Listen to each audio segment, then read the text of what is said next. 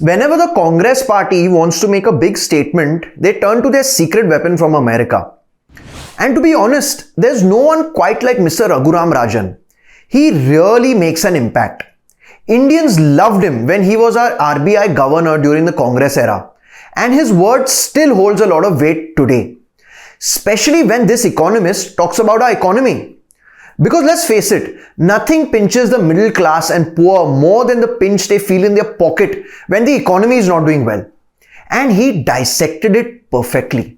So today, let's look at the background against which Mr. Rajan decided to join Rahul Gandhi, what they spoke about, and the three most important criticisms he had about the current state of our economy. And guys, if you like such videos, please do hit that like and subscribe button for more such financial content.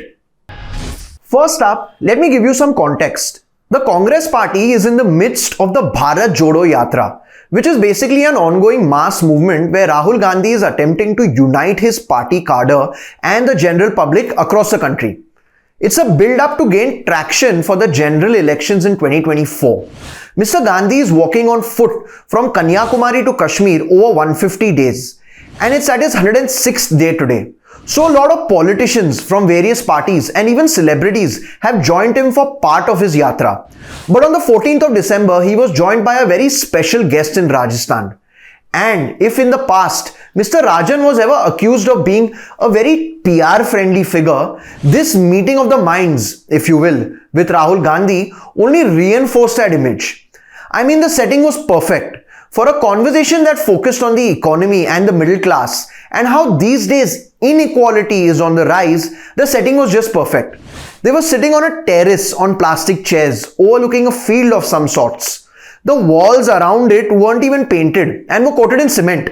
Not a posh setting at all, but beautiful nonetheless. And I gotta give it to them. Their conversation was absolutely free-flowing and didn't seem rehearsed at all. They spoke about a wide range of topics which covered everything from farmers to the green revolution to stock markets, cryptocurrencies, geopolitical issues, interest rates, and many more. But I'm going to touch upon the three most important aspects where Mr. Rajan gave us a great insight into where our economy can improve. So number one is, he feels that small and medium-sized businesses in India don't get much support from the system. And they go through too many struggles if they need to grow big. And this is because of wrong policy decisions on the part of our government. Demonetization and GST, although well intended, had the effect of unintended formalization. So we have gone about this process of maybe unintended formalization. Demonetization forced a lot of companies that were informal to go out of business. GST is forcing a lot of small companies that earlier didn't pay significant taxes. Now it's forcing them to pay taxes, and they're uncompetitive if they start paying taxes. So this dual economy is being shut down. By this he meant demonetization put a lot of small informal businesses out of business. And GST has forced a lot of small businesses to pay tax, and this additional burden has made them uncompetitive. Also, he pointed out that all these small businesses are bearing the costs of formalization, but they aren't reaping the benefits of it. They don't get loans or credit as easily as their big counterparts. No technological support is ever extended to them by the government. And there is no certainty about policy, which keeps on changing frequently. He gave an example of big firms being able to raise money during the pandemic while small firms couldn't. In fact, he made a very pertinent observation when he noted that they get used to the benefits of staying small and being under the radar of the government, who instead of encouraging them to grow big, begins to chase them when they start growing. Although he didn't use this term specifically, the word tax terrorism has been thrown around quite a lot in the past. In a nutshell, there is no incentive for businesses to transition from small to big, which needs a little bit of hand-holding, like how they are given in the US. And that's why many American businesses grow fast and become global companies. In India, it's like as soon as a factory employs more than 20 people, the Provident Fund regulations kick in from the next day and compliance costs rise. Number two is the ever controversial topic of jobs. And even if I had a bone to pick with our economy, it would be the creation of jobs.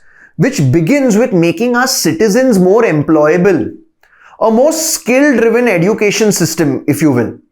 So Mr. Rajan said that jobs are created when small businesses grow into big ones, which is a sort of continuation to the previous point. He notes that everyone wants a government job because firstly it's safe and secondly you get a lot of social security benefits. Exactly right. It's the growth which creates the jobs. Small firms by themselves don't create so many jobs. It's when they grow that they create so many jobs. We need to make that possible. बेरोजगारी तो बहुत बड़ी problem है और बात यह है कि लोग सिर्फ सरकारी नौकरी चाहते हैं क्योंकि उसमें पेंशन है, ये है, वो है और सिक्योरिटी है और वो ढूंढते हैं, इम्तहान देते रहते हैं और आप जानते हैं कि बहुत ही कम लोग सरकार में काम कर सकते हैं. अगर आप पूरे जो नौकरी है सरकार में आप उनको अगर ओपन भी करते हैं तो ज़्यादा से ज़्यादा 1% 2% वहाँ पे एम्प्लॉय हो जाएंगे. तो इसलिए मेरे ख्याल में हमें प्राइवेट सेक्टर को बढ़ाना है क्योंकि वहाँ पे नौकरी रोज़गारी आगे बढ़ा सकते हैं वहाँ पे. और एक तो प्राइवेट सेक्टर, एक एग्रीकल्चर में अगर हम टेक्नोलॉजी ले आते हैं वहाँ पे तो वहाँ पे भी नौकरी पैदा हो सकते हैं. But we should be promoting private jobs as well. And one way to do this is to encouraging job generating sectors such as agriculture or the export sector. Policy decisions around these sectors have been very unstable over the years and they keep on changing.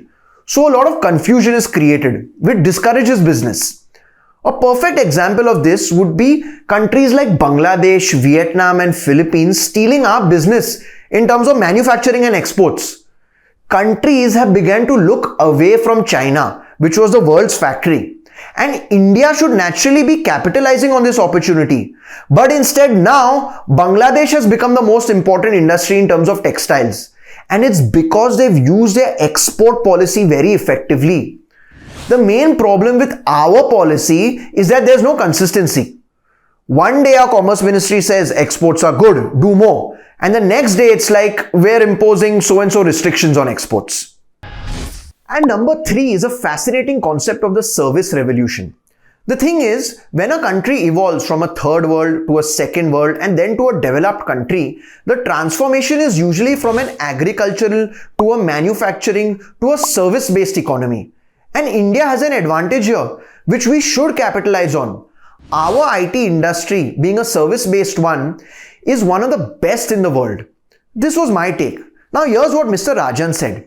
He said there's a new type of job being created in the service industry. और आप पहले कह रहे थे कि अब एक नए तरीके की सर्विसेज की नौकरी आ रही है. ज़रूर. आजकल ये जो कंसल्टिंग फर्म्स हैं वो पहले अमेरिका में बेचते थे अपने सर्विसेज और इंडिया में बैक ऑफिस का काम करते थे, ये पावर पॉइंट प्रेजेंटेशन ये वो. आजकल वो इंडिया में कंसल्टेंट्स एम्प्लॉय कर रहे हैं. वो कंसल्टेंट्स काम कर रहे हैं जैसे कि वो अमेरिका में हैं और प्रेजेंटेशंस दे रहे हैं जूम पे. They are actually as if they are working in America, which means they get much higher salary. But इसके लिए अंग्रेजी की ज़रूरत है. अंग्रेजी की ज़रूरत है और हायर एजुकेशन की ज़रूरत है. और हायर एजुकेशन के लिए प्राइमरी एजुकेशन चाहिए, सेकेंडरी एजुकेशन चाहिए. तो अभी आप जानते हैं ये पैंडेमिक हुआ है और काफ़ी सारे बच्चे अभी स्कूल नहीं गए, 2 साल के लिए नहीं गए. ना सिर्फ सीखे नहीं 2 साल के लिए, लेकिन भूल भी गए. तो अभी देर 3 years behind their class. Until recently, consulting firms used to provide services in America and their back offices used to be in India. Nowadays, these firms have set up shop in India itself and are providing a whole range of services from here. Zoom calls, remote conferences, and a host of other tools have enabled a more decentralized approach of working from anywhere in the world. Obviously, the pandemic was responsible for this. And American companies are willing to match salaries paid in America for these jobs. The only question is, can Indians land these jobs or will they be given to foreigners working and residing in India? Well, that just depends on how qualified our citizens are, for which we need quality higher education, for which our primary and secondary education needs to be of good standard. Mr. Rajan pointed out that our education system failed to recognize that the 2 years of pandemic where online education was the norm was practically wasted. Those students who were promoted, especially in higher grades, cannot be expected to do well going ahead because they haven't understood what was taught. So there's a big gap which needs to be addressed.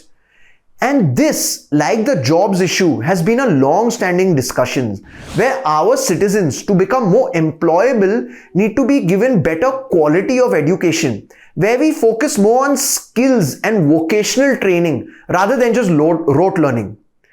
Maybe the new education policy, which still needs to come fully into effect, can address this. Who knows? And the service revolution, well, Mr. Rajan spoke about is not only limited to consulting. For example, a doctor sitting in India can provide telemedicine services to patients in America and earn valuable foreign exchange for our country. It all depends on how competitive Indians are on a world stage, for which our education system needs to train us. And there have been rumors doing the rounds. Now, whether they have originated from the BJP or just from plain observation.